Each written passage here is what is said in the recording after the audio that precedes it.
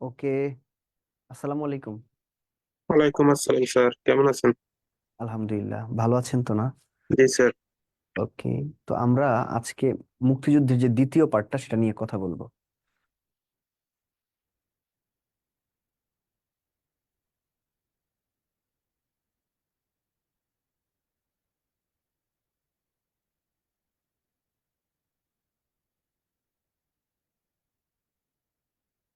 দ্বিতীয় পার্টটা নিয়ে কথা বলবো মুক্তিযুদ্ধের। টপিক গুলো লিখে নেন।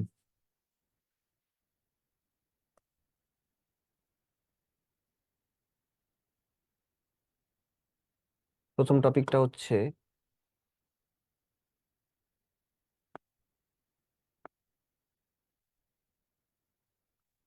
মুক্তিযুদ্ধের সেক্টর। মুক্তিযুদ্ধের সেক্টর,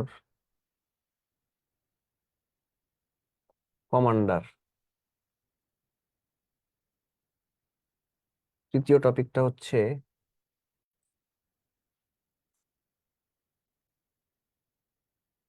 বীরশ্রেষ্ঠ পরিচিতি। চতুর্থ টপিকটা হচ্ছে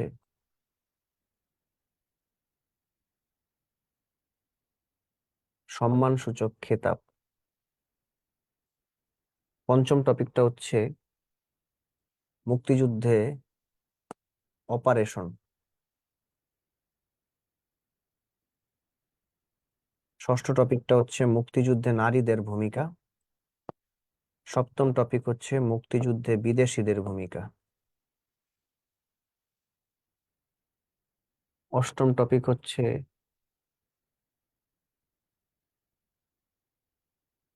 আত্মসমর্পণ দলিল। নবম টপিক হচ্ছে বাংলাদেশের আন্তর্জাতিক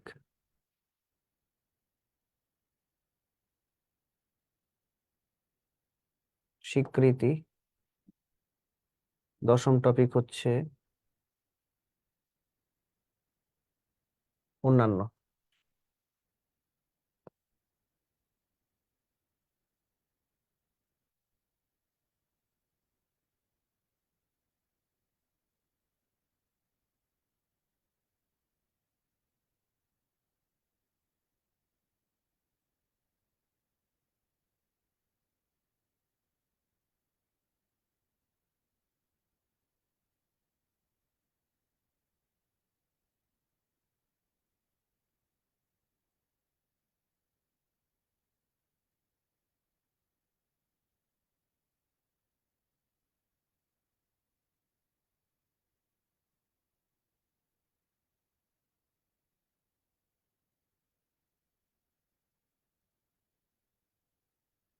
ওকে। কোনটা কতটুকু গুরুত্ব? এই দুইটা 5 স্টার টপিক, এই দুইটা মিলে একটা টপিক 5 স্টার। বীরশ্রেষ্ঠ 4 স্টার। আন্তর্জাতিক স্বীকৃতি 3 স্টার। মুক্তিযুদ্ধে নারীদের অবদান 2 স্টার।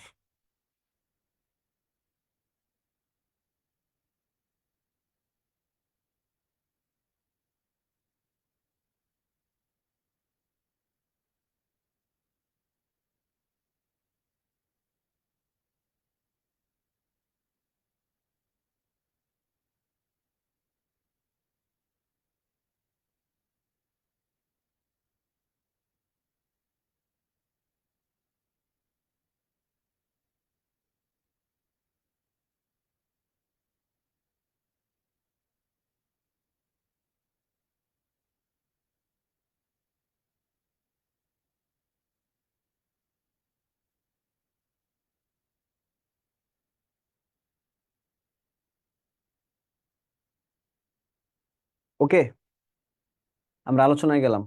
প্রথম টপিকটা হচ্ছে মুক্তিযুদ্ধের সেক্টর। আসলে মানচিত্র দিয়ে পড়লে সবচেয়ে বেটার হয়।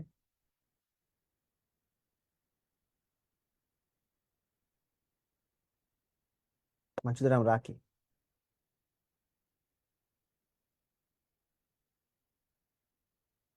আমরা কোন কালারটা নিব? কালোটাই আনি।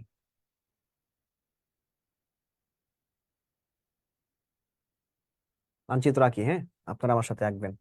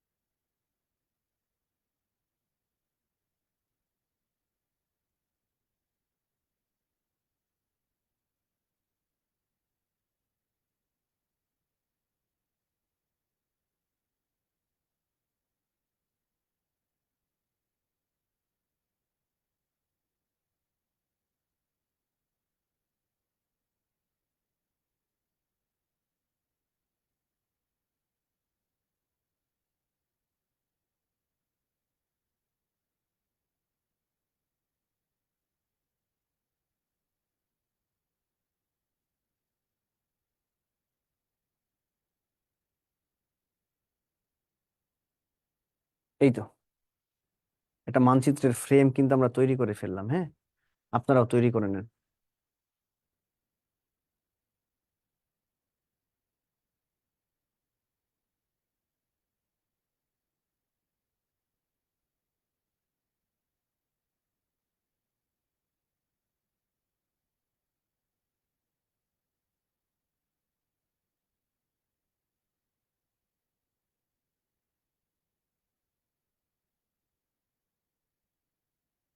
ওকে, আঁকছেন তো না? তো দেখেন এই যে জায়গাটা, এটা হচ্ছে আমাদের ফেনী জেলা, ফেনী। এই ফেনী জেলা থেকে, ফেনী জেলা দিয়ে আমাদের চট্টগ্রাম, পার্বত্য চট্টগ্রাম এবং কক্সবাজারে প্রবেশ করা যায়। এই যে এই জায়গাটা আমাদের দক্ষিণ এবং দক্ষিণ পূর্বাংশ, এটা হচ্ছে 1 নাম্বার সেক্টর। মুক্তিযুদ্ধের সময় এটা 1 নাম্বার সেক্টর ছিল। ওকে,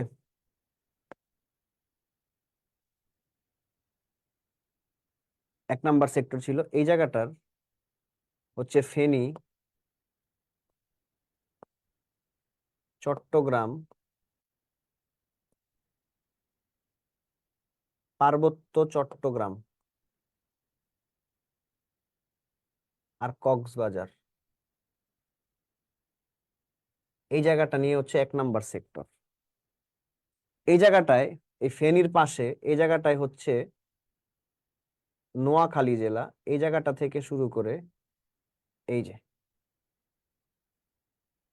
এখানে আছে ব্রাহ্মণবাড়িয়া, এখানে কুমিল্লা, এখানে নোয়াখালী, এখানে ঢাকা, এখানে ফরিদপুর। এটা 2 নাম্বার সেক্টর। 4টা জায়গার নাম লিখবেন: ঢাকা, ফরিদপুর,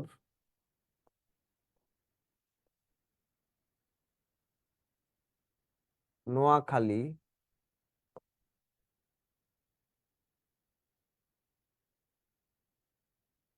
আর কুমিল্লা 2 নাম্বার সেক্টরে। এই 2 নাম্বার সেক্টরের উপরে, ঢাকার উপরে এই জায়গাটা এই পর্যন্ত, এটা হচ্ছে 3 নাম্বার সেক্টর। এখানে আছে হচ্ছে কিশোরগঞ্জ, এখানে আছে হচ্ছে গাজীপুর, এখানে হচ্ছে Habiganj. Kishoreganj, Gazipur, Habiganj 3 number sector.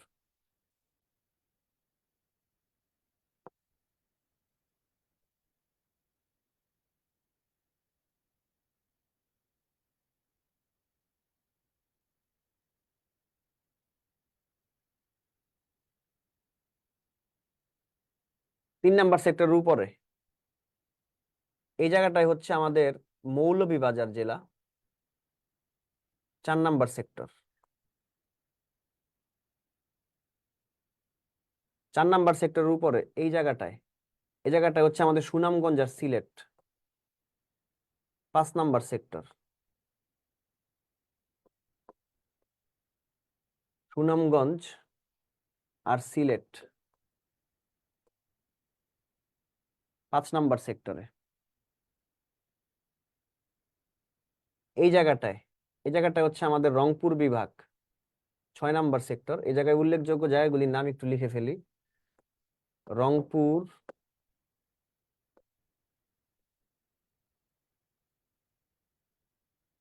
Dinajpur, Thakurgaon. Rangpur, Dinajpur, Thakurgaon 6 number sector. এই জায়গাটা থেকে শুরু করে এই জায়গাটা, এটা হচ্ছে রাজশাহী বিভাগ। রাজশাহী বিভাগ 7 নাম্বার সেক্টরে ছিল। রাজশাহী বিভাগের উল্লেখযোগ্য জায়গাগুলি একটু লিখে ফেলি। রাজশাহী, পাবনা, নওগাঁ,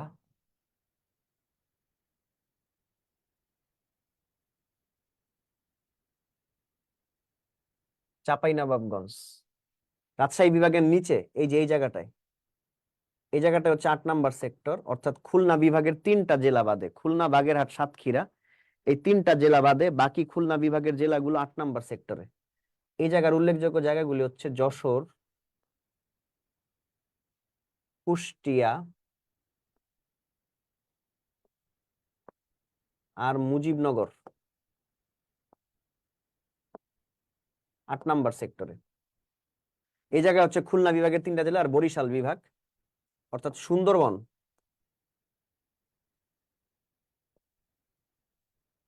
বরিশাল, সুন্দরবনের যে 5টা জেলা, সুন্দরবনের খুলনা, বাগেরহাট, সাতক্ষীরা, বরগুনা, পটুয়াখালী আর বরিশাল ছিল 9 নাম্বার সেক্টরে। এটা হচ্ছে 9 নাম্বার সেক্টর। আপনারা জানেন এই জায়গায় হচ্ছে সমুদ্র, এই নৌপথ আর সমুদ্র অঞ্চল।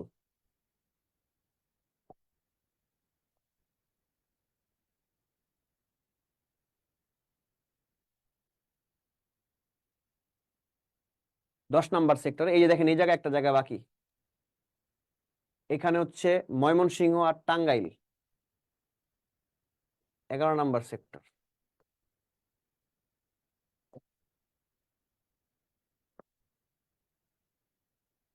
Mymensingh, Tangail 11 number sector.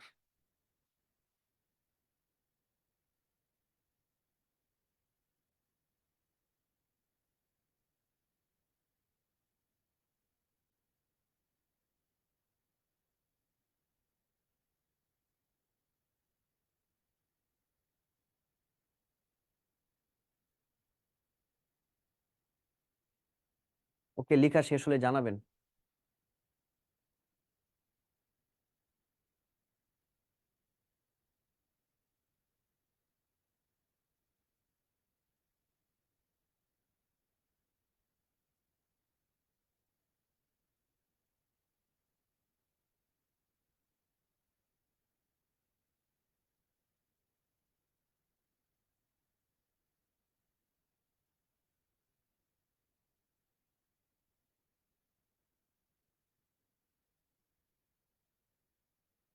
হয়েছে তো না?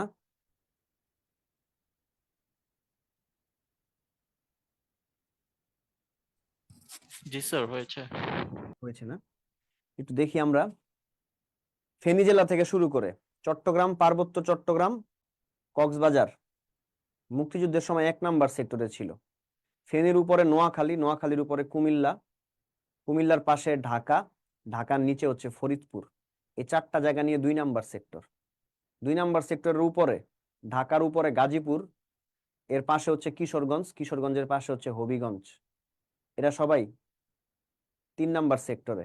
3 নাম্বার সেক্টরের উপরে মৌলভীবাজার জেলা 4 নাম্বার সেক্টর। মৌলভীবাজারের উপরে সিলেট বিভাগের আরো 2টা জেলা, সিলেট আর সুনামগঞ্জ 5 নাম্বার সেক্টরে। একদম উপরে উত্তরবঙ্গে 6 নাম্বার সেক্টর রংপুর বিভাগ। রংপুর বিভাগের নিচে রাজশাহী বিভাগ 7 নাম্বার সেক্টরে।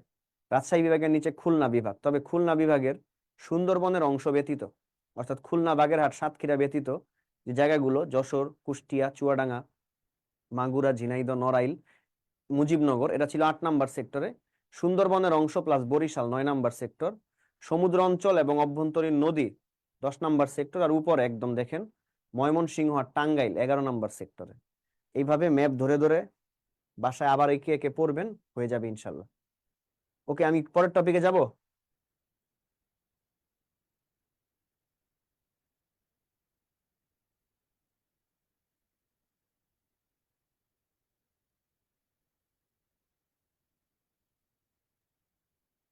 স্যার ওই এই 10 নম্বর সেক্টরের উপরে ছোট্ট একটা সাদা অংশ, ওইটা কোন অংশ স্যার? এটা হচ্ছে ওই যে হাতিয়া, নোয়াখালীর হাতিয়া উপজেলা ইচর আর কি, নিঝুম নিঝুম দ্বীপ। এই জায়গাটা কি হচ্ছে 10 নম্বর সেক্টরে স্যার? নিঝুম দ্বীপ। হ্যাঁ, এটা 10 নাম্বার সেক্টরেই পড়বে, কারণ এটা ইসের মধ্যে তো, সমুদ্রের মধ্যে তো। ওকে, পারবেন তো?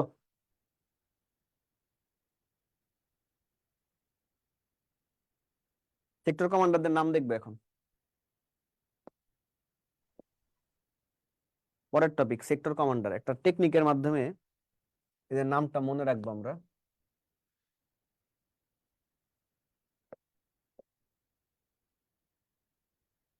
জিআর, খাস, 10, বানুর,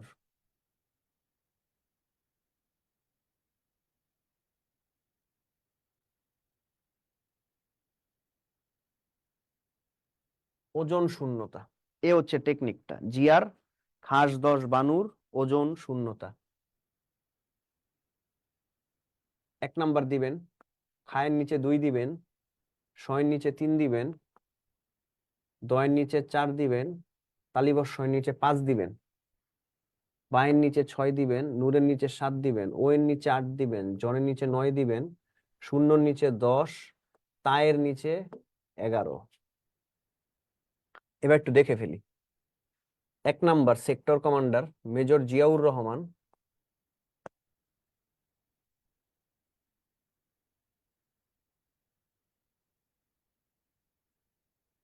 আর মেজর রফিকুল ইসলাম।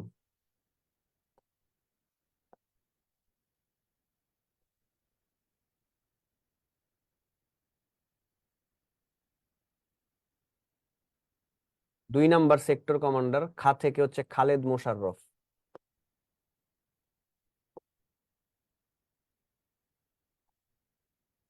এবং আরেকজন ছিল যাকে টেকনিকে দিতে পারি নাই, তিনি হচ্ছেন এটিএম হায়দার।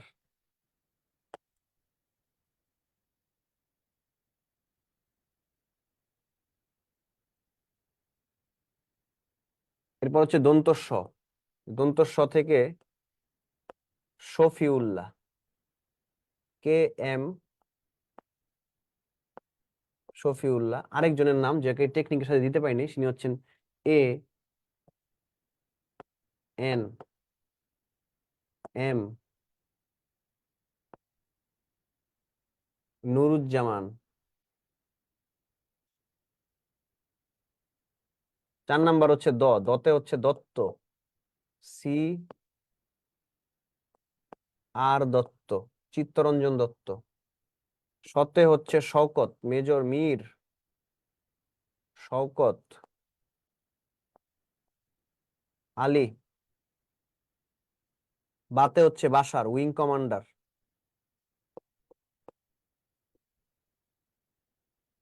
MK বাশার। নূরতে হচ্ছে নুরুজ্জামান, কাজী নুরুজ্জামান।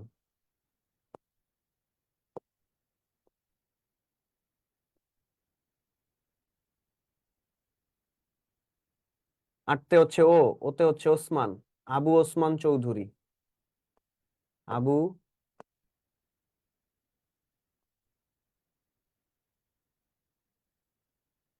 ওসমান চৌধুরী। নয়তে হচ্ছে জনতে হচ্ছে জলিল, মেজর আব্দুল জলিল।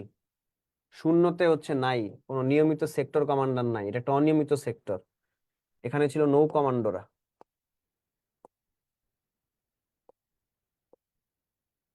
তাতে হচ্ছে তাহের,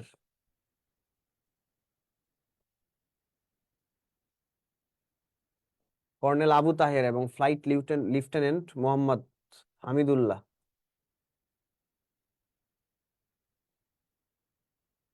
এই তো সেক্টর কমান্ডার।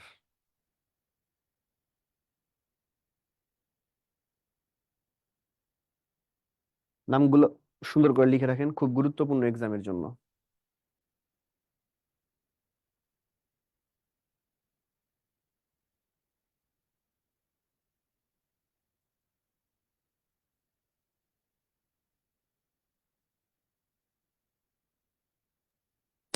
স্যার 11 নম্বরটা কি এস হামিদুল্লাহ নাকি M Hamidullah? M M M Mohammad Hamidullah, Mohammad Hamidullah, হ্যাঁ এম হামিদুল্লাহ। তারপর স্যার 4 নম্বরটাও কি সি আর সি নাকি আর আবার? দত্ত, চিত্তরঞ্জন দত্ত, চিত্তরঞ্জন দত্ত, সংক্ষেপে হচ্ছে সি আর দত্ত।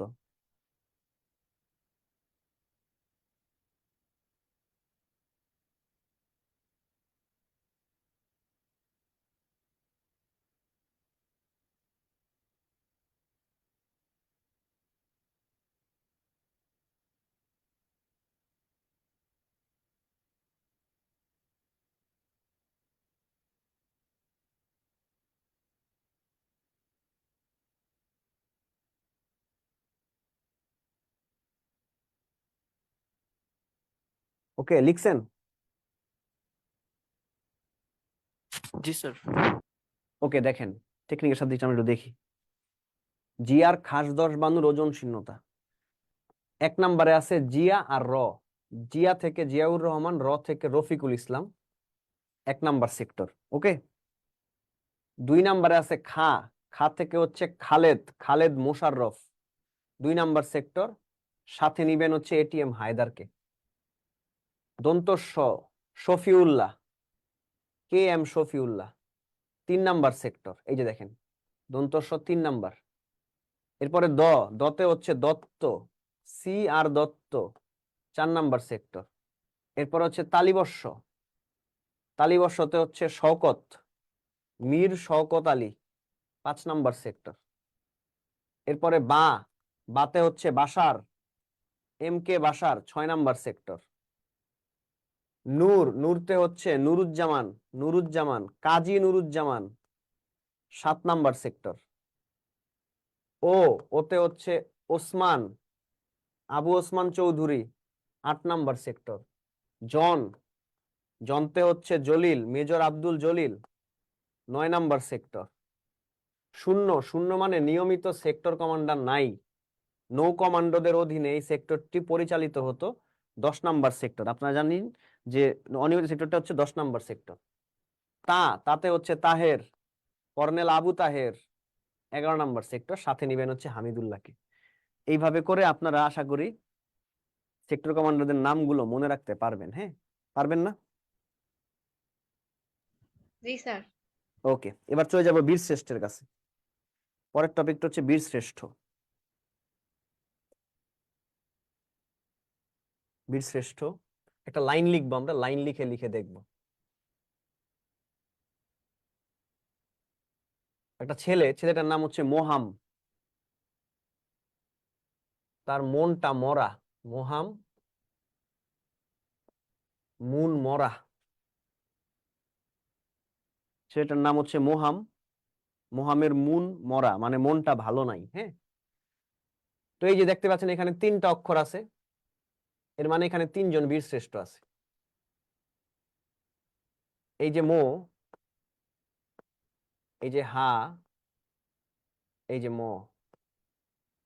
মোহাম, এরা 3 জনে কিন্তু সেনাবাহিনীর সদস্য। 3 জন কোন বাহিনীর সদস্য? সেনাবাহিনী। পরীক্ষায় প্রশ্ন আসে বীর শ্রেষ্ঠদের মধ্যে সেনাবাহিনীর সদস্য কয়জন? 3 জন। এই যে এই 3 জন। মতে হচ্ছে মোস্তফা কামাল,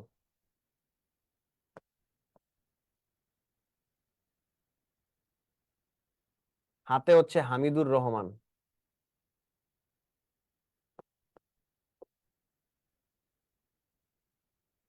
আর মতে হচ্ছে মহিউদ্দিন জাহাঙ্গীর।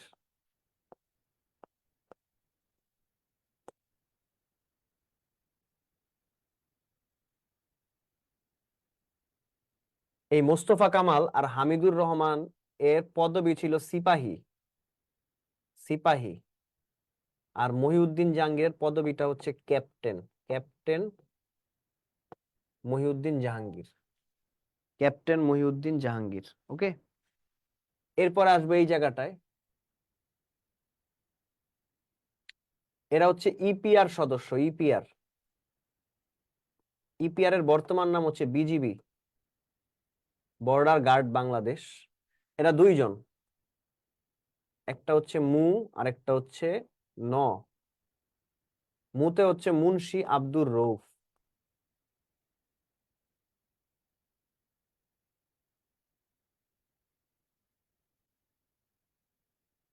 আর নতে হচ্ছে নূর মোহাম্মদ শেখ।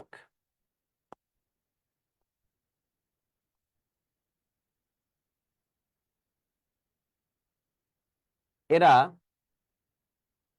দুইজনই হচ্ছে ল্যান্স নায়েক, তাদের পদবিটা হচ্ছে ল্যান্স নায়েক। এইখানে দেখতে পাচ্ছি এই যে মরার ম, এই ম হচ্ছে বিমান বাহিনী।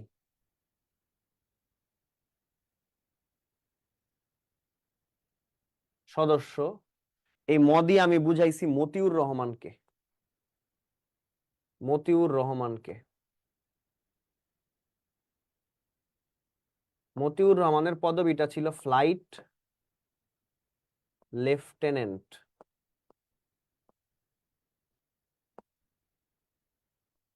Flight lieutenant. আর এখানে দেখতে পাচ্ছেন রা, রা হচ্ছে নৌবাহিনীর সদস্য।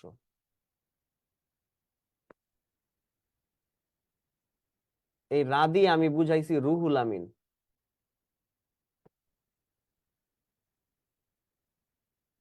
রুহুল আমিনের পদবিটা হচ্ছে ইঞ্জিন রুম আর্টিফিশার, এর মানে হচ্ছে মেরিন ইঞ্জিনিয়ার।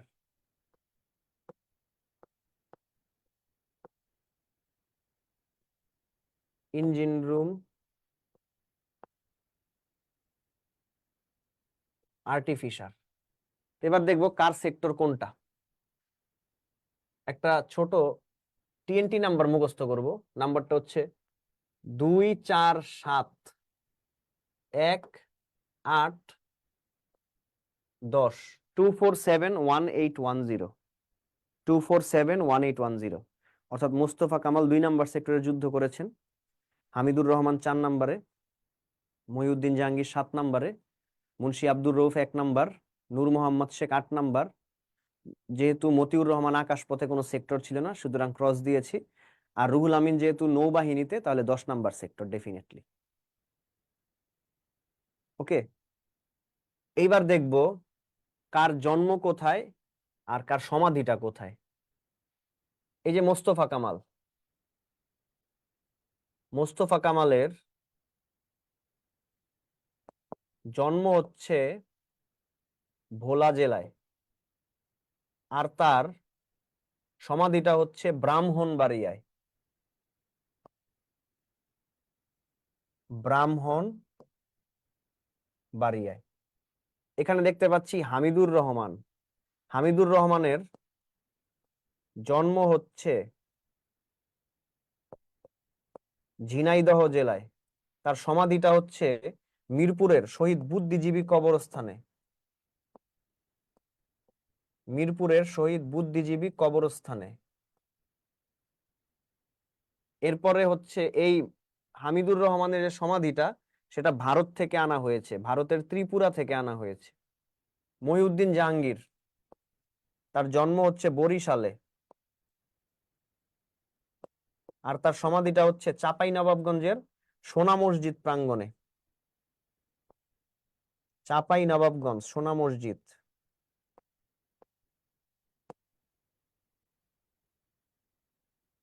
এবার আসি মুন্সি আব্দুর রউফ। এই যে মুন্সি আব্দুর রউফ, মুন্সি আব্দুর রউফের জন্ম হচ্ছে ফরিদপুরে, ফরিদপুর। তার সমাধি,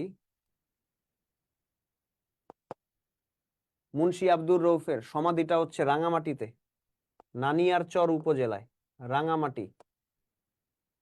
এরপরে আসবে নূর মোহাম্মদ শেখ। নূর মোহাম্মদ শেখের জন্ম হচ্ছে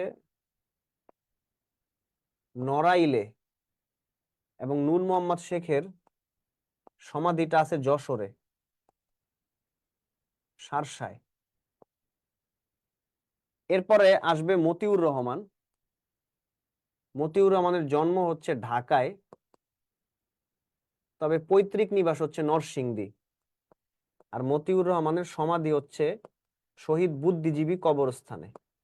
মতিউর রহমানের যে দেহাবশেষ এটা পাকিস্তান থেকে আনা হয়। মতিউর রহমানের দেহাবশেষ পাকিস্তান থেকে আনা হয়েছে। এরপর আসলো রুহুল আমিন। রুহুল আমিনের জন্ম হচ্ছে নোয়াখালী জেলায়, আর রুহুল আমিনের সমাধি হচ্ছে খুলনায়, রূপসা উপজেলায়। খুলনা, খুলনা। এদের মধ্যে সর্বপ্রথম শহীদ এই যে মহিউদ্দিন জাহাঙ্গীর, সর্বশেষ শহীদ। আর সর্বপ্রথম হচ্ছে মুন্সি আব্দুর রউফ, এটাকে লিখে রাখি। মহিউদ্দিন জাহাঙ্গীর বীর শ্রেষ্ঠদের মধ্যে সর্বশেষ শহীদ হয়েছেন। আর এই যে দেখতে পাচ্ছেন মুন্সি আব্দুর রউফ, মুন্সি আব্দুর রউফ বীর শ্রেষ্ঠদের মধ্যে সর্বপ্রথম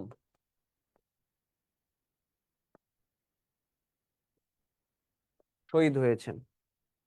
মুন্সি আব্দুর রউফ বীর শ্রেষ্ঠদের মধ্যে সর্বপ্রথম শহীদ, আর মহিউদ্দিন জাহাঙ্গীর সর্বশেষ শহীদ।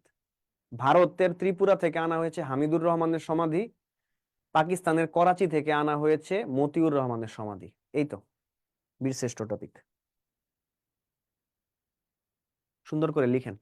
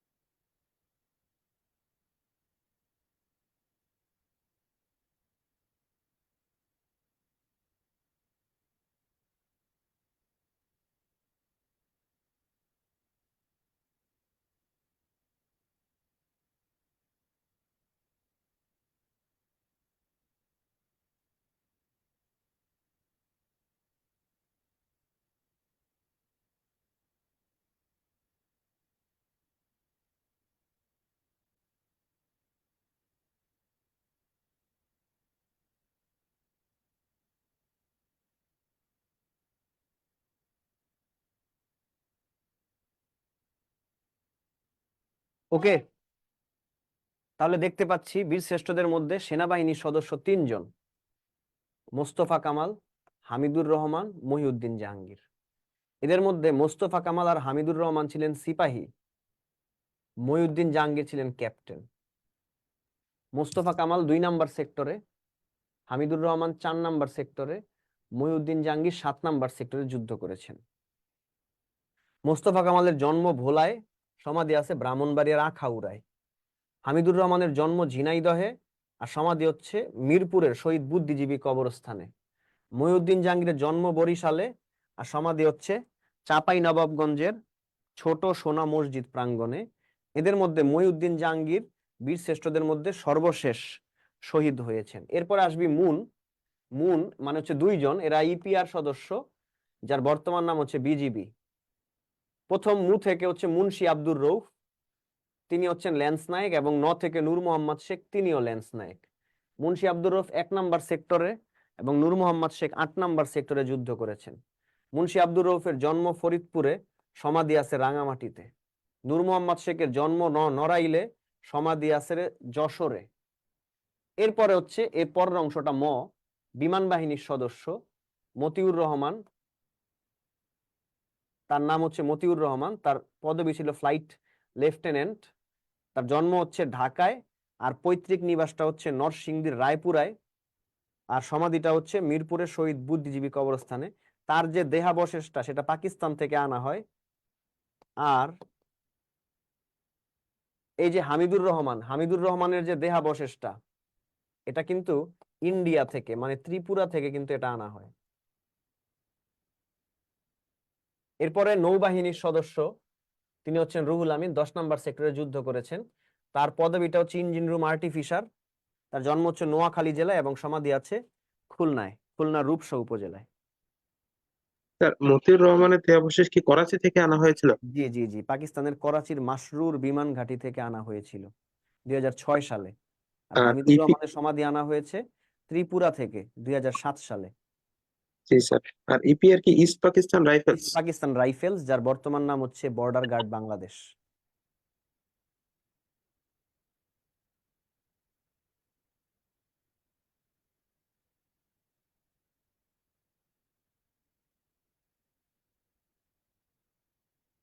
ওকে,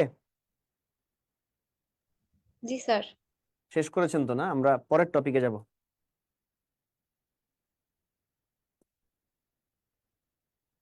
পরের টপিকের নাম হচ্ছে সম্মানসূচক খেতাব। ছোট একটা ছকে আমরা এটা দেখব। সম্মানসূচক খেতাবটা 4 লাইনের টপিক। ক্রম, খেতাব,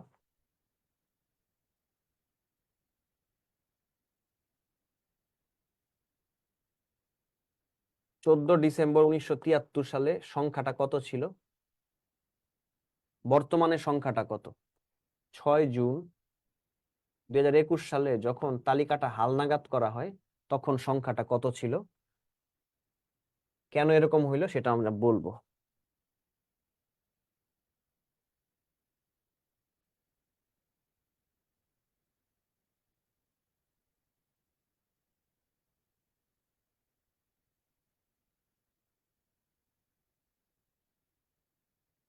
ওকে, বীর শ্রেষ্ঠ,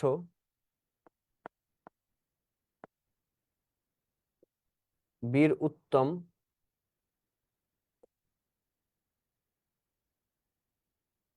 বীর বিক্রম, বীর প্রতীক, 7 জন, এখনো 7 জন, 68 জন, 67 জন, 174 জন, 426 জন, এখন 424 জন।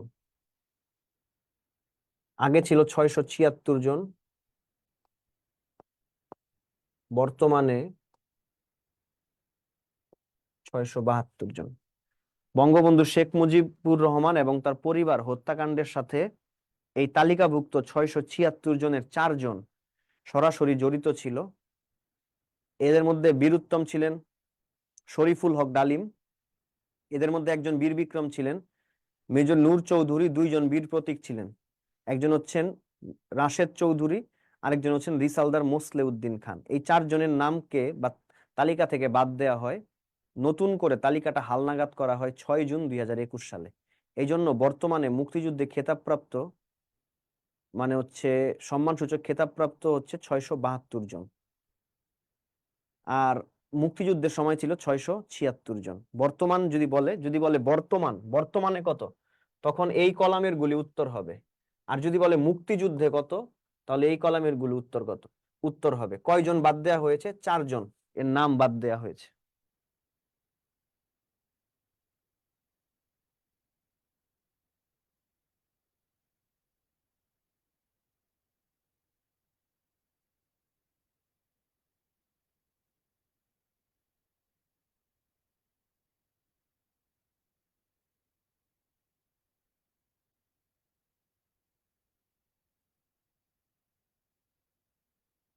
লেখা শেষ করে আমাকে জানায়েন।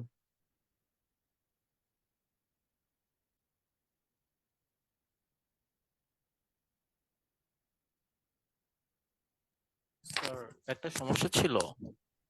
বলেন। স্যার ন্যান্স নায়ক মানে কি? স্যার ন্যান্স নায়কের কাজ কি ছিল? কার? স্যার ন্যান্স নায়েক। ল্যান্স নায়েক, দেখেন। আচ্ছা বলেন তো, সেনাবাহিনীর সাধারণ সদস্যদেরকে কি বলে? সিপাহী বলে না? ইপিআর এর সাধারণ সৈনিকদেরকে ল্যান্স নায়েক বলা হতো। ল্যান্স নায়েক সের ফর সেরফ একটা পদবি, মানে সৈনিক। বুঝতে ও, পারছেন?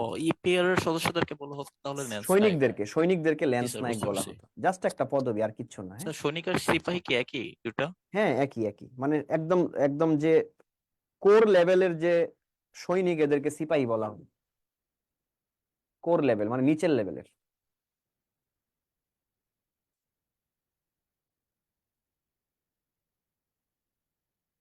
কি পারবেন তো না? জি স্যার। পরের টপিকে যাচ্ছি।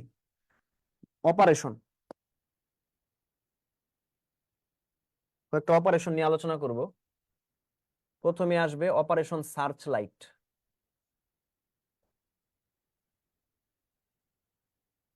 সার্চ লাইট সময়টা হচ্ছে 25 মার্চ 1971। এটা শুরু হয় রাত 11টা 30-এ। এটা শুরুর স্থানটা হচ্ছে রাজারবাগ পুলিশ লাইন। শুরুর প্লেসটা হচ্ছে রাজারবাগ পুলিশ লাইন। এটার নীল নকশা করেন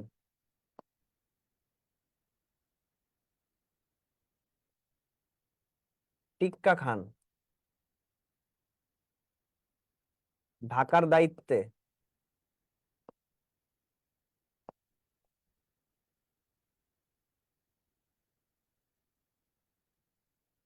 রাও ফার মানালি। আর ঢাকার বাইরে দায়িত্বে ছিলেন খাদিম হোসেন রাজা। এই গেল অপারেশন সার্চ লাইট। 2 নম্বরে লিখবেন অপারেশন বিগ বার্ড।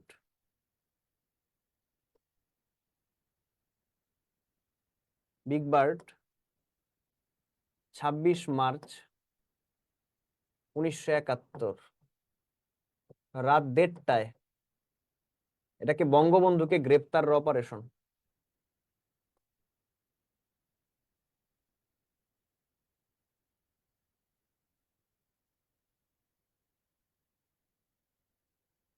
অভিযান, বঙ্গবন্ধুকে গ্রেপ্তারের অভিযানটাই হচ্ছে অপারেশন বিগ বার্ড। 26 মার্চ 1971 সালে রাত 1:30টায় এটি পরিচালিত হয়। এবং এই বিগ বার্ডের অপারেশনটা পরিচালনায় ছিলেন মেজর জহির এবং বেলাল। জহির আর বেলাল। এরপর আরেকটা অপারেশন, সেটা হচ্ছে অপারেশন জ্যাকপট।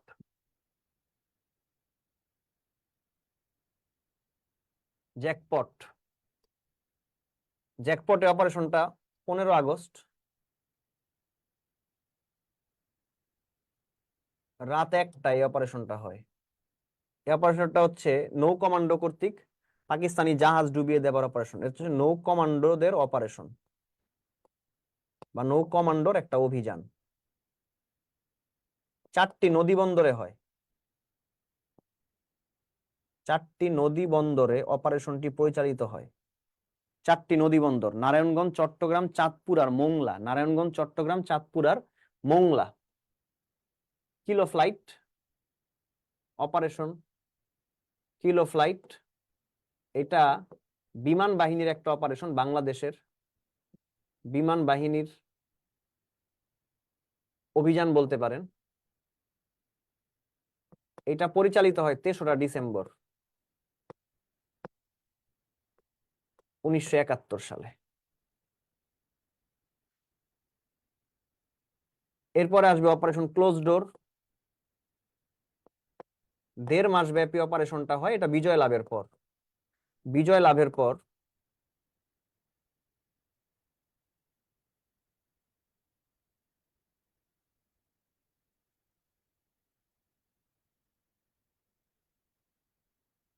গণবাহিনীর নিকট থেকে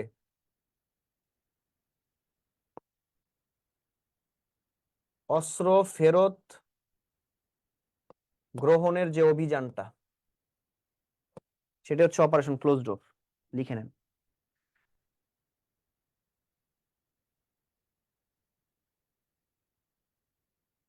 স্যার 4 নম্বর কিলো ফাইট না ফিলো ফ্লাইট?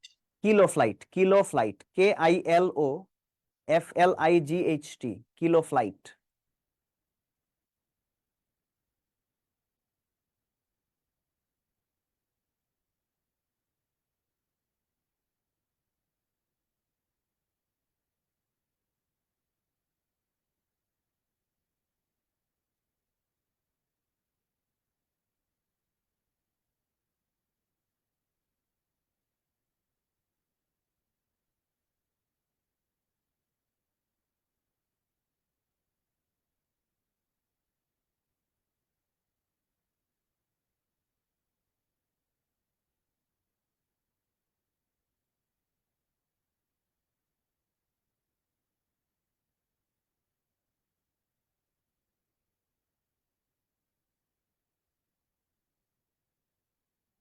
ওকে, লিখেছেন তো না?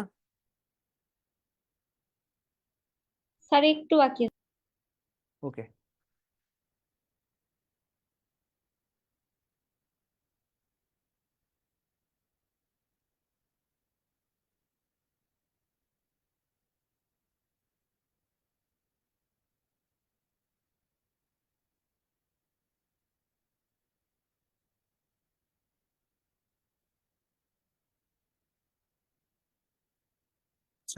বাহিনী বলতে কি বোঝায়? একটা অপারেশনের নাম আর কি, মানে বিমান বাহিনীর অপারেশন। মানে এটা আমাদের একটা বিমানের নাম ছিল, বুঝছেন? এই বিমানের নাম অনুযায়ী অপারেশনের নাম দিছে কিলো ফ্লাইট। 5 নম্বরে যে গণবাহিনী বলা আছে এরা কারা? গণবাহিনী হচ্ছে যে এই যে আমরা সাধারণ জনগণ যারা যুদ্ধ করছি, মানে শৃঙ্খলা বাহিনীর বাইরে, সামরিক বাহিনীর বাইরে সাধারণ জনগণ যুদ্ধ করছে না, ছাত্র, শ্রমিক, কৃষক, সাধারণ শ্রেণী পেশার মানুষ, তাদের কাছ থেকে বিজয় লাভের পর অস্ত্রগুলো ফেরত নিতে হবে না বলেন? না হলে তো তারা অস্ত্র অপব্যবহার করতে পারে। তাদের কাছ থেকে অস্ত্র ফেরত গ্রহণ করার জন্য যে অপারেশনটা পরিচালিত হয় তার নামই হচ্ছে অপারেশন ক্লোজ ডোর। ওকে, তো সার্চলাইট 25 মার্চ একটা পরিকল্পিত গণহত্যা প্রথম পরিচালিত হয় রাজারবাগ পুলিশ লাইনে। নকশা করেছেন টিক্কা খান, ঢাকার দায়িত্বে রাও ফারমান আলী, আর ঢাকার বাইরে খাদিম হোসেন রাজা। বিগ বার্ড বলতে বঙ্গবন্ধুকে বোঝানো হয়েছে। বঙ্গবন্ধুকে তার নিজ বাসভবন থেকে গ্রেপ্তার করার অভিযান 26 মার্চ 1971 রাত 1:30টায় অপারেশনটা পরিচালিত হয়। দায়িত্বে ছিলেন মেজর জহির এবং মেজর বেলাল। অপারেশন জ্যাকপট এটা নৌ কমান্ডোদের একটা অপারেশন, অর্থাৎ নৌ কমান্ডো কর্তৃক বাংলাদেশের নদী বন্দরগুলোতে পাকিস্তানি জাহাজ ডুবিয়ে দেওয়ার অপারেশন। 15 আগস্ট 1971 সালে রাত 1টা থেকে এটি পরিচালিত হয় 4টি নদী বন্দরে, নারায়ণগঞ্জ, চট্টগ্রাম, চাঁদপুর এবং বাগেরহাটের মোংলায়। কিলো ফ্লাইট বিমান বাহিনীর অভিযান 3রা ডিসেম্বর 1971 সালে পরিচালিত হয়। ক্লোজ ডোর বিজয় লাভের পর সাধারণ জনগণ মানে গণবাহিনীর নিকট থেকে অস্ত্র ফেরত গ্রহণ করার জন্য যে অভিযানটা পরিচালিত হয় তার নামই হচ্ছে অপারেশন ক্লোজ ডোর। যাব পরের টপিকে। 4টি নদী বন্দর কি বললেন স্যার? হুম, নারায়ণগঞ্জ, চাঁদপুর। 4টি নারায়ণগঞ্জ, নদীর চট্টগ্রাম, চাঁদপুর আর মোংলা। নারায়ণগঞ্জ, চট্টগ্রাম, চাঁদপুর আর মোংলা, এই 4টা নদী বন্দরে।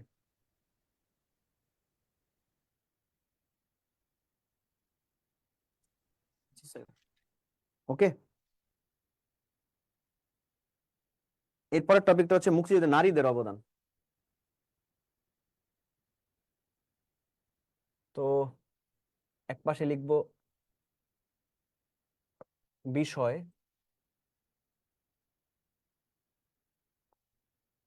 একপাশে লিখব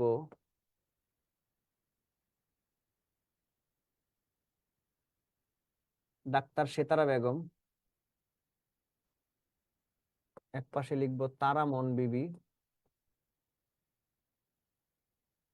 আরেক পাশে লিখব কাকন বিবি।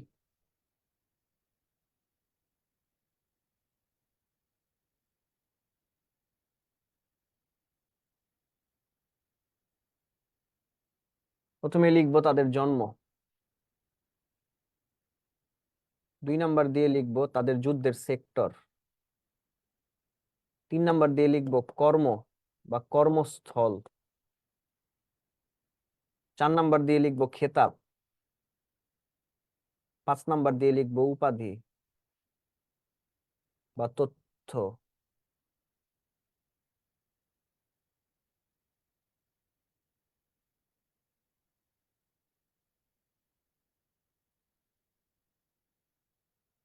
সেতারা বেগমের জন্ম হচ্ছে কলকাতায়,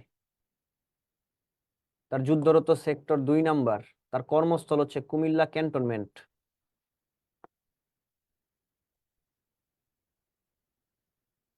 তার খেতাবটা হচ্ছে বীর প্রতীক,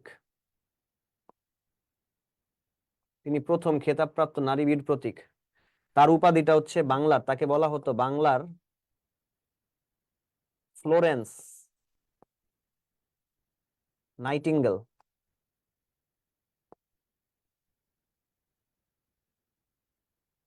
তাকে বলা হতো বাংলার ফ্লোরেন্স নাইটিঙ্গেল। তারামন বিবি, তারামন বিবির জন্ম হচ্ছে কুড়িগ্রামে,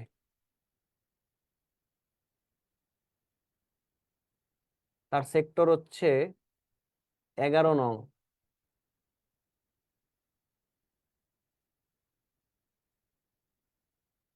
তার কাজ ছিল সহকারী রাঁধুনি এবং গুপ্তচর বৃত্তি, গুপ্তচর আর সহকারী রাঁধুনি। খেতাব বীর প্রতীক, তিনি দ্বিতীয় খেতাবপ্রাপ্ত নারী বীর প্রতীক।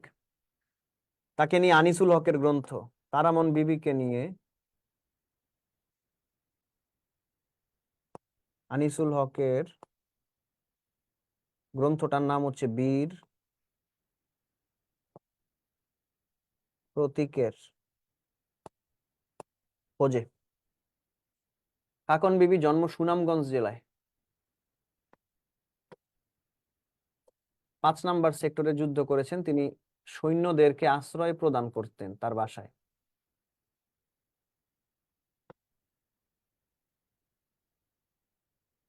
তিনি খেতাব পাননি,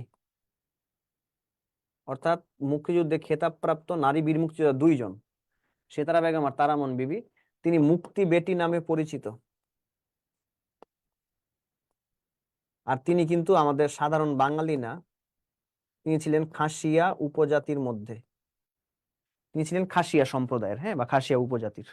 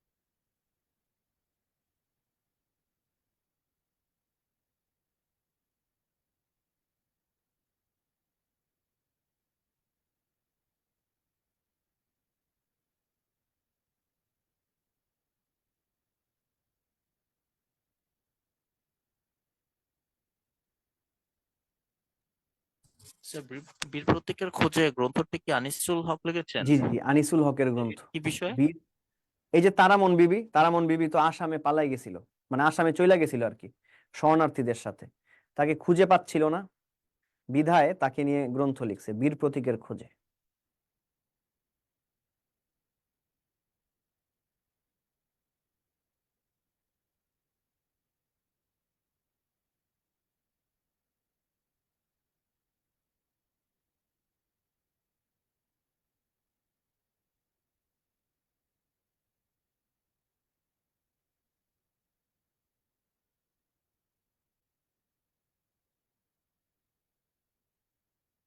তো দেখেন, 2 জন খেতাবপ্রাপ্ত বীর প্রতীক নারী, সেতারা বেগম আর তারামন বিবি। সেতারা বেগমের জন্ম কলকাতায়, 2 নাম্বার সেক্টরে যুদ্ধ করেছেন। কুমিল্লা ক্যান্টনমেন্টের ক্যাপ্টেন হিসাবে দায়িত্ব পালন করতেন এবং সেখানে যুদ্ধাহত যে সৈনিকদেরকে সেবা শুশ্রূষা করে সুস্থ করার ব্যবস্থা করতেন বিধায় তাকে ফ্লোরেন্স নাইটেঙ্গেল বলা হতো। তারামন বিবির জন্ম কুড়িগ্রামে, 11 নাম্বার সেক্টরে যুদ্ধ করেছেন। তিনি ছিলেন গুপ্তচর ইস্ট বেঙ্গল রেজিমেন্টের এবং সহকারী রাঁধুনির দায়িত্ব পালন করেছেন। আনিসুল হকের গ্রন্থ তাকে নিয়ে বীর প্রতীকের খোঁজে। কাকন বিবি সুনামগঞ্জ জেলায় জন্মগ্রহণ করেছেন, 5 নম্বর সেক্টরে যুদ্ধ করেছেন। তিনি সৈন্যদের আশ্রয় প্রদানের জন্য স্মরণীয় হয়ে আছেন। তিনি কোনো খেতাব পাননি, তিনি মুক্তি বেটি নামে পরিচিত এবং এই কাকন বিবি ছিলেন সাধারণ বাঙালি না, বরং তিনি ছিলেন একজন উপজাতি। কোন সম্প্রদায়ের? খাসিয়া সম্প্রদায়ের। আমরা পরের টপিকে যাচ্ছি। স্যার, ডাক্তার সিতারা বেগম কি কমান্ডার ছিলেন? তিনি একজন ডাক্তার ছিলেন, সাথে সাথে একজন ক্যাপ্টেন ছিলেন। ক্যাপ্টেন মানে একের ভিতর দুই, সেই জন্যই তো সেবা করতে পারছে সাধারণ যুদ্ধাহত সৈনিকদের, তাই না? বলে যে একমাত্র নারী কমান্ডার, এটা কি হ্যাঁ, ইনি? না, নারী কমান্ডার ছিলেন আশালতা বৈদ্য। মুক্তিযুদ্ধের একমাত্র নারী কমান্ডার ছিলেন আশালতা বৈদ্য, আর তিনি ছিলেন ক্যাপ্টেন। ওকে, নারী কমান্ডার নাম হচ্ছে আশালতা বৈদ্য।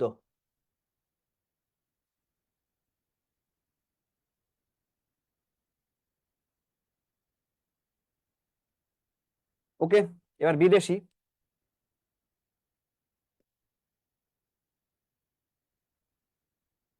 মুক্তিযুদ্ধে কোন বিদেশির অবদানটা কি? তাদের দেশ,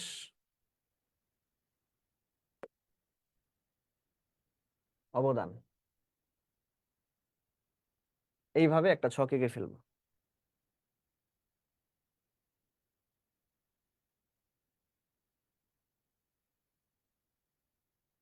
এক নাম্বার দিয়ে লিখবো ডব্লিউ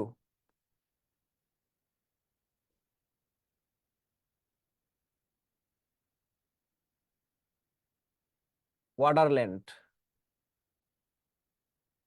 তার জন্ম নেদারল্যান্ডে।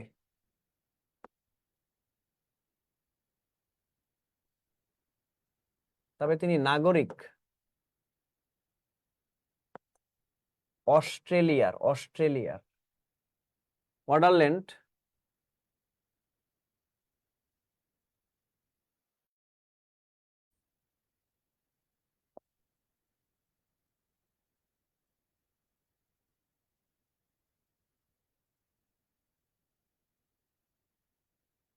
একমাত্র খেতাবপ্রাপ্ত বিদেশি বীর মুক্তিযোদ্ধা ছিলেন। তার খেতাবটা হচ্ছে বীর প্রতীক।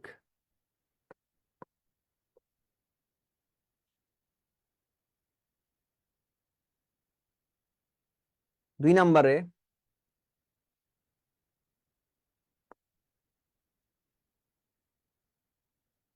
সাইমন ড্রিং একজন কবি ছিলেন, মার্কিন কবি, ইউএসএ। তার মুক্তিযুদ্ধ নিয়ে বিখ্যাত কবিতা, সরি, কারেকশন করতে হবে।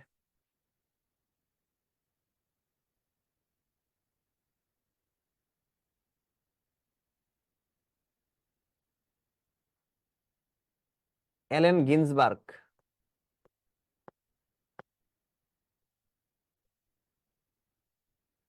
অ্যালেন গিন্সবার্গ, তার কবিতাটা হচ্ছে September on Jessore road.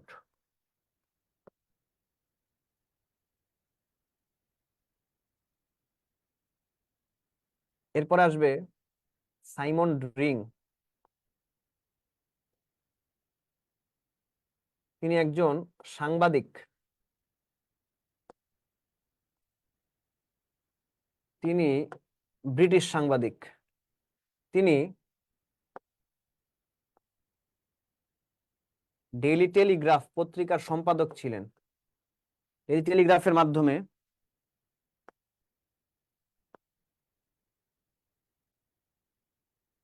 Pakistan এর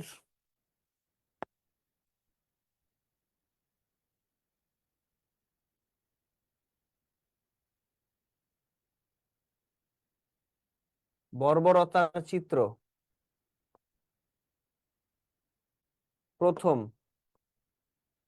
বহির্বিশ্বে প্রকাশ করেন বা তুলে ধরেন? Simon ring. সাইমন রিং এর পরে আসবে আদ্রে মায়ার।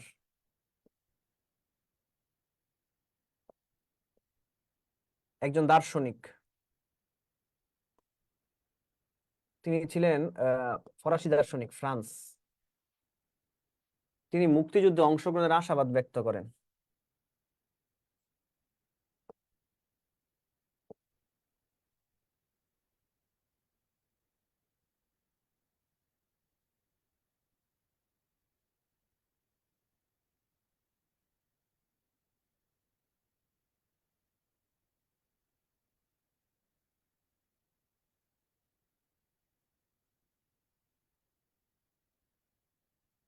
পাঁচ নম্বরে লিখবো মারিও ভেরেনজি।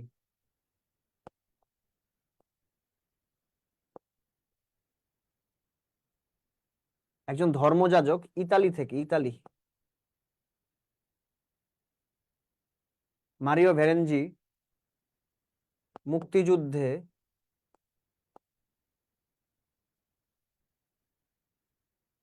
একমাত্র নিহত বিদেশি।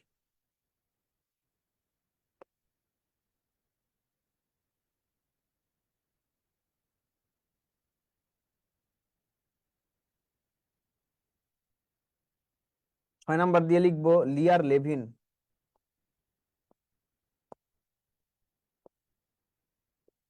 তিনি একজন ফটোগ্রাফার, তিনি একজন মার্কিন ফটোগ্রাফার।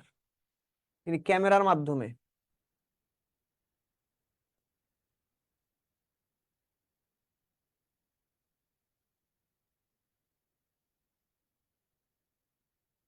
পাকিস্তানের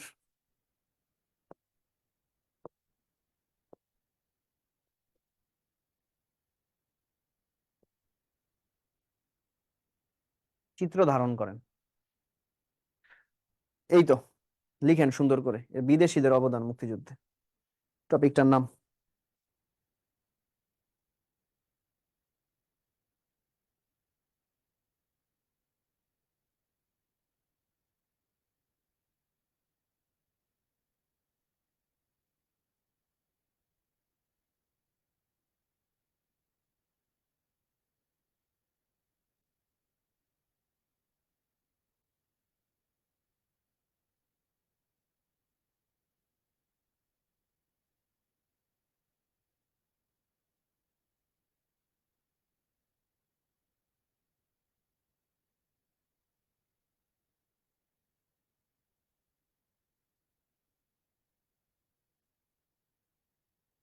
ওকে,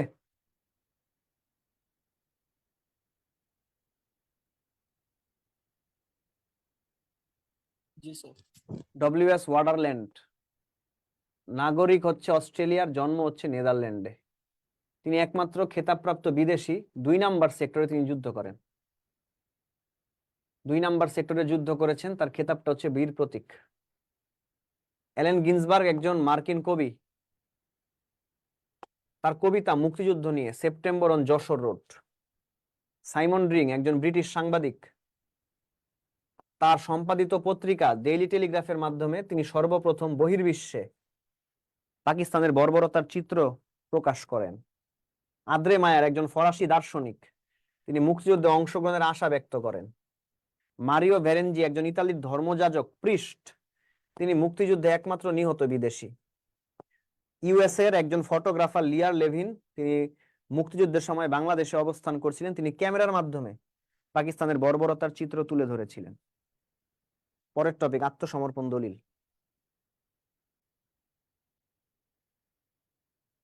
5 লাইনের টপিক এটা।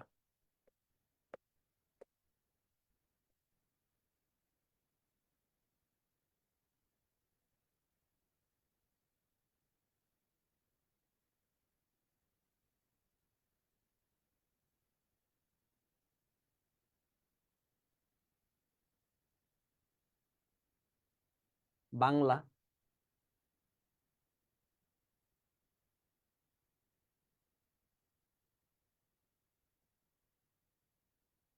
সময়টা হচ্ছে 4টা 31 ঘটিকা, দিনটা ছিল বৃহস্পতিবার।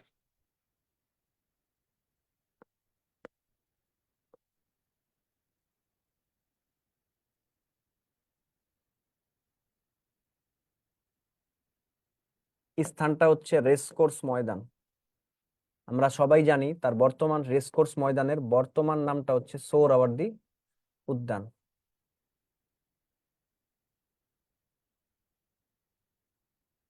এই আত্মসমর্পণ দলিলে পাকিস্তানের পক্ষে আত্মসমর্পণ করেন জেনারেল আমির আব্দুল্লাহ নিয়াজি 93,000 সৈন্যসহ আর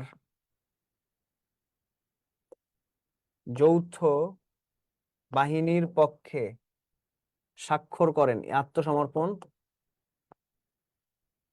দলিলে স্বাক্ষর করেন জগজিৎ সিং অরোরা। আর বাংলাদেশের পক্ষে এই অনুষ্ঠানে উপস্থিত ছিলেন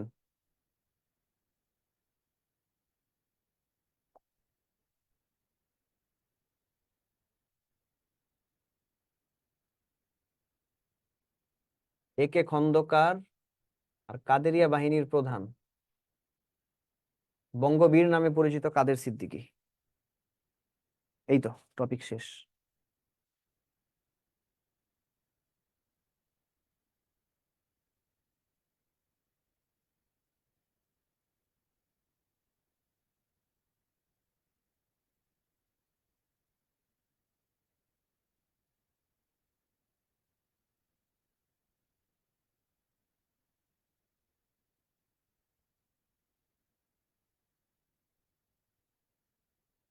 December 16, 1971, বাংলা সময়টা হচ্ছে 2 পৌষ 1378, বিকেল 4টা 31 ঘটিকায়, রোজ বৃহস্পতিবার, রেসকোর্স ময়দান বর্তমান সোহরাওয়ার্দী উদ্যানে আত্মসমর্পণ করে। পাকিস্তানের পক্ষে আত্মসমর্পণ দলিলে স্বাক্ষর করে আমির আব্দুল্লাহ নিয়াজি 93,000 জন সৈন্য সহ। যৌথ বাহিনীর পক্ষে দলিলে স্বাক্ষর করেন যৌথ বাহিনী সেনাপ্রধান জেনারেল জগজিৎ সিং অরোরা। বাংলাদেশের পক্ষে উপস্থিত ছিলেন বিমান বাহিনীর প্রধান একে খন্দকার এবং কাদেরিয়া বাহিনীর প্রধান বঙ্গবীর কাদের সিদ্দিকী। ওকে, স্যার যৌথ বাহিনী বলতে কি এই তিন বাহিনীকে ওই যে বোঝায় কম্বাইন্ড নাকি? ফোর্স, 3 বাহিনী না, ভারতের সেনাবাহিনী যাদেরকে বলা হতো মিত্র বাহিনী আর আমাদের সেনাবাহিনী যাদেরকে বলা হতো মুক্তি বাহিনী, অর্থাৎ বাংলাদেশ এবং ভারতের সেনাবাহিনী দুইটা বাহিনীকে একত্রিত করে, ভারতের সেনাবাহিনী বলতে ভারতের পূর্বাঞ্চলীয় কমান্ডার কি, দুইটাকে একত্রিত করে 21 নভেম্বর 1971 সালে এই যৌথ বাহিনী কম্বাইন্ড ফোর্স গঠন করা হয়, যা সেনাপ্রধান ছিলেন জগজিৎ সিং অরোরা আর চিফ অফ স্টাফ ছিলেন জেনারেল JFR জ্যাকব।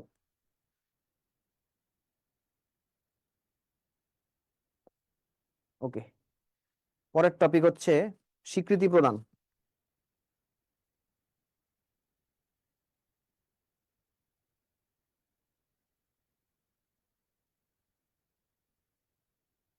স্বীকৃতি প্রদানকারী প্রথম দেশ, দ্বিতীয় দেশ,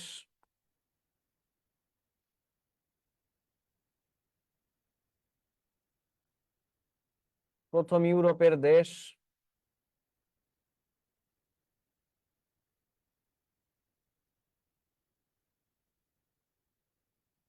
কি হইতেছে,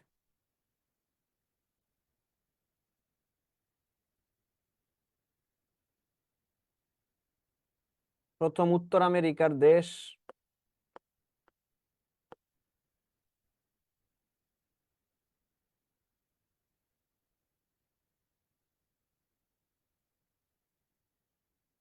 প্রথম P5 ভুক্ত দেশ। প্রথম মুসলিম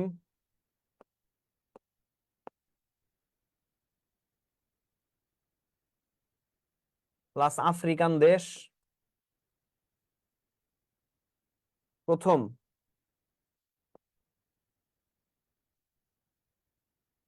দক্ষিণ আমেরিকার দেশ।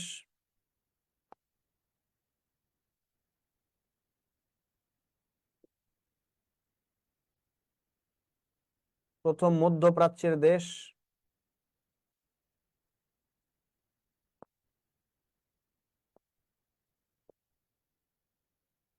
সর্বশেষ দেশ স্বীকৃতি প্রদানকারী।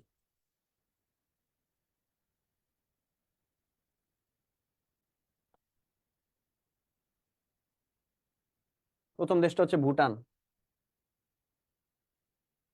দ্বিতীয় দেশটা হচ্ছে ভারত। প্রথম ইউরোপের কি চলতেছে এটি? প্রথম ইউরোপের দেশটা হচ্ছে পূর্ব জার্মানি। উত্তর আমেরিকার দেশটা হচ্ছে বার্বাডোস। P5 ভুক্ত দেশ হচ্ছে রাশিয়া, ইউএসএসআর, সোভিয়েত ইউনিয়ন। প্রথম মুসলিম ও আফ্রিকান দেশ সেনেগাল। প্রথম দক্ষিণ আমেরিকার দেশ ভেনিজুয়েলা।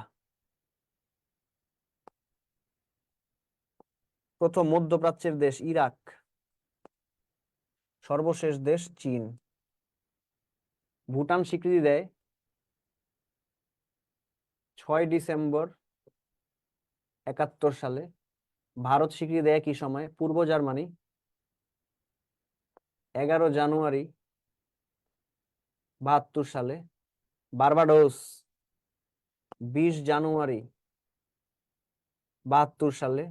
রাশিয়া 24 জানুয়ারি 72 সালে। সেনেগাল 1 ফেব্রুয়ারি 72 সালে। ভেনিজুয়েলা 2রা মে 72 সালে। ইরাক 8 জুলাই 72 সালে। চীন 31 আগস্ট 75 সালে। এগুলো ছাড়াও কয়েকটা সাল আমাদেরকে জানতে হবে এক্সট্রা।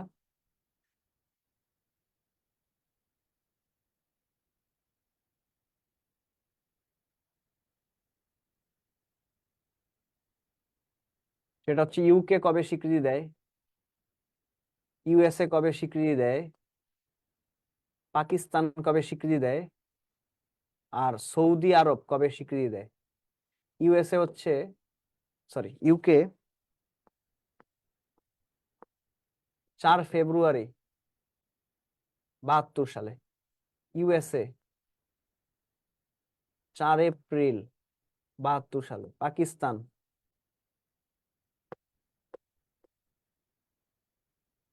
22 ফেব্রুয়ারি 74 সালে। পাকিস্তান 22 ফেব্রুয়ারি 74 সালে স্বীকৃতি দেয়। আর সৌদি আরব কেএসএ মানে হচ্ছে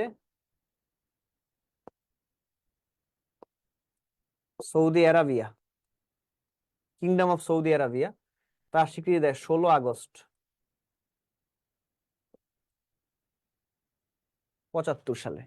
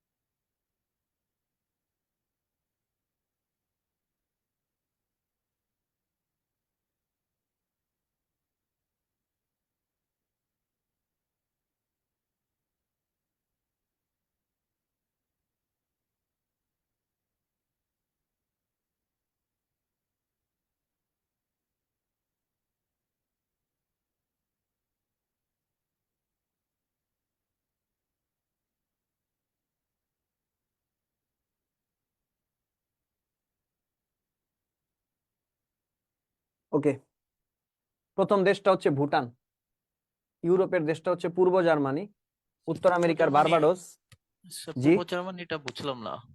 পূর্ব পূর্ব জার্মানি জার্মানি বার্লিন আবার প্রাচীর তো আলাদা ছিল দেশ। আগে। 1971 সালে কি নতুন এই জার্মানি ছিল বলেন? না স্যার। তখন তো পূর্ব জার্মানি পশ্চিম জার্মানি ছিল না। হুম, বার্লিন প্রাচীর তো ভাঙছে 1989 সালে, তাই না? এর আগে তো ছিল পূর্ব জার্মানি একটা, পশ্চিম জার্মানি আরেকটা। বুঝতে পারছেন তো? হ্যাঁ স্যার, আমি এটা জানতাম না, পূর্ব পশ্চিম ছিল আগে, এই হ্যাঁ জন্য। হ্যাঁ, ছিল ছিল, দেখবেন ওই যে ফুটবল বিশ্বকাপে পশ্চিম জার্মানি জিতছে দুইটা, পূর্ব জার্মানি একটা, আর জার্মানি একটা, টোটাল 4টা বিশ্বকাপ জিতছে। বুঝতে পারছেন? ওয়েস্ট জার্মানি, ইস্ট জার্মানি, এইভাবে। P5 ভুক্ত, P5 মানে হচ্ছে পার্মানেন্ট ফাইভ। জাতিসংঘের নিরাপত্তা পরিষদের 5টি স্থায়ী সদস্য রাষ্ট্রকে P5 সদস্য বলা হতো। হ্যাঁ, মুসলিম আফ্রিকান দেশটা হচ্ছে সেনেগাল, দক্ষিণ আমেরিকার দেশটা হচ্ছে ভেনিজুয়েলা, মধ্যপ্রাচ্য বা আরব দেশটা হচ্ছে ইরাক, আর সর্বশেষ হচ্ছে চীন। আর এইখানে যে সালগুলো লিখেছি দেশভিত্তিক, সালগুলো একটু পড়ে ফেলবেন কষ্ট করে, হ্যাঁ, তাহলেই হয়ে যাবে ইনশাল্লাহ। কেএসএ কি? এই যে লিখে দিয়েছি ফুল মিনিংটা, Saudi Arab, kingdom of Saudi Arabia.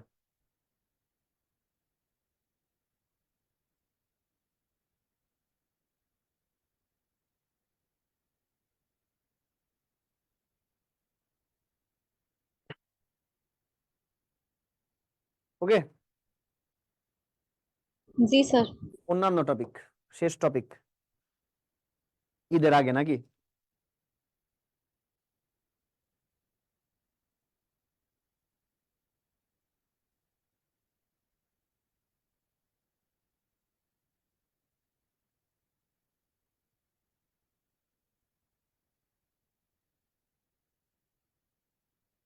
Concert for Bangladesh,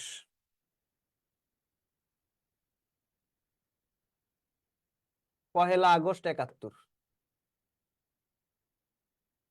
কোথায়? ম্যাডিসন স্কয়ার,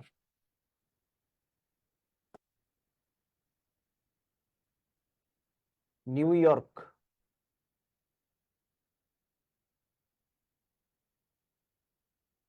এই কনসার্ট ফর বাংলাদেশ সম্পর্কে একটু কথা লিখতে হবে। এটা আয়োজন করেন পণ্ডিত রবি শঙ্কর। রবি শঙ্কর একজন সেতার বাদক ছিলেন।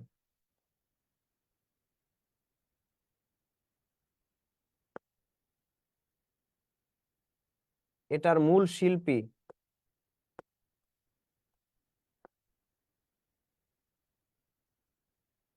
George Harrison. জর্জ হ্যারিসন এর একটা ব্যান্ড দল ছিল বিটলস, বিটলস। আর এই কনসার্ট ফর বাংলাদেশ থেকে প্রাপ্ত অর্থ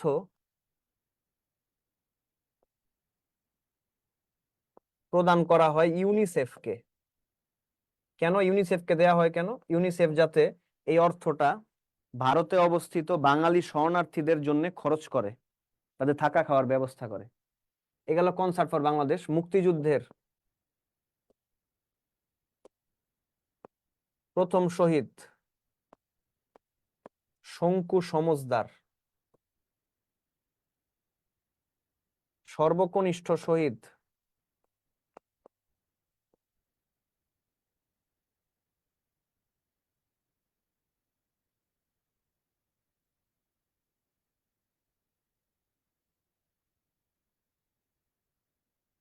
শহীদুল ইসলাম লালু।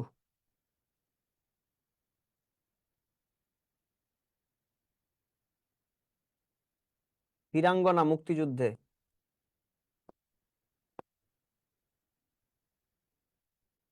500 জন।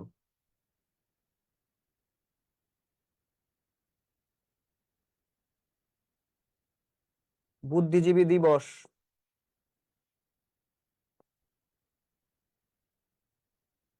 14 ডিসেম্বর। বুদ্ধিজীবী হত্যাকাণ্ডে জড়িত আল বদর।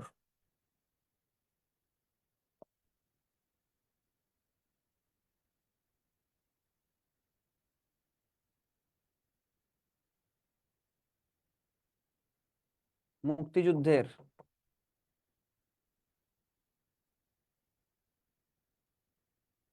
প্রথম ভাস্কর্য জাগ্রত চৌরঙ্গী,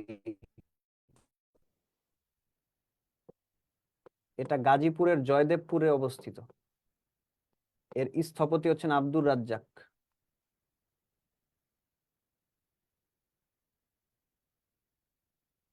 আর মুক্তিযুদ্ধের প্রধান ভাস্কর্য সেটা হচ্ছে স্বাধীনতা স্মৃতিসৌধ বা মুক্তিযুদ্ধ স্মৃতিসৌধ। এটা হচ্ছে সাভারে। সাভারে এটার স্থপতি হচ্ছেন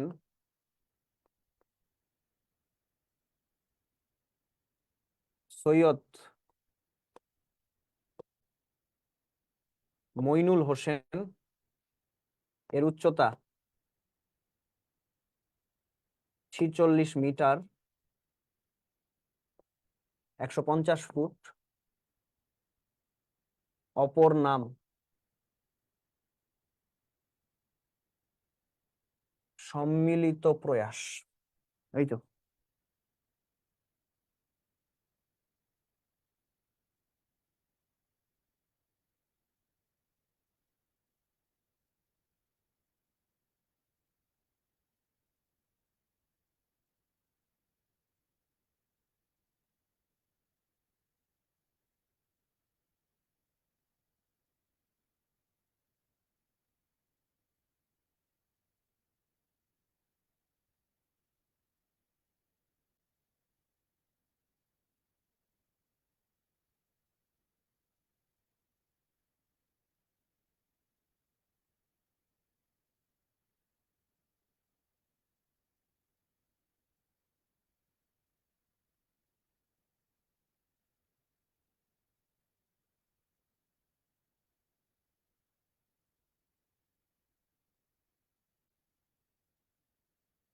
কি সবাই লিখে শেষ করেছেন?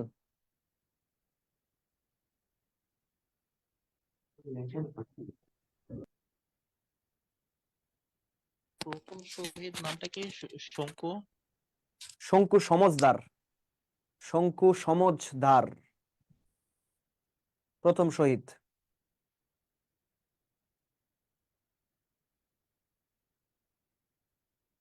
স্যার এটা কি শুধু হ্যাঁ, ঝ ঝ, এই যে ঝ,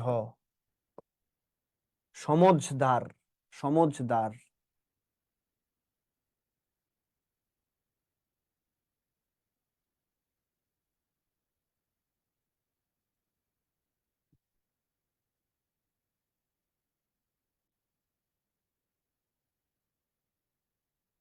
কি হয়েছে তো না?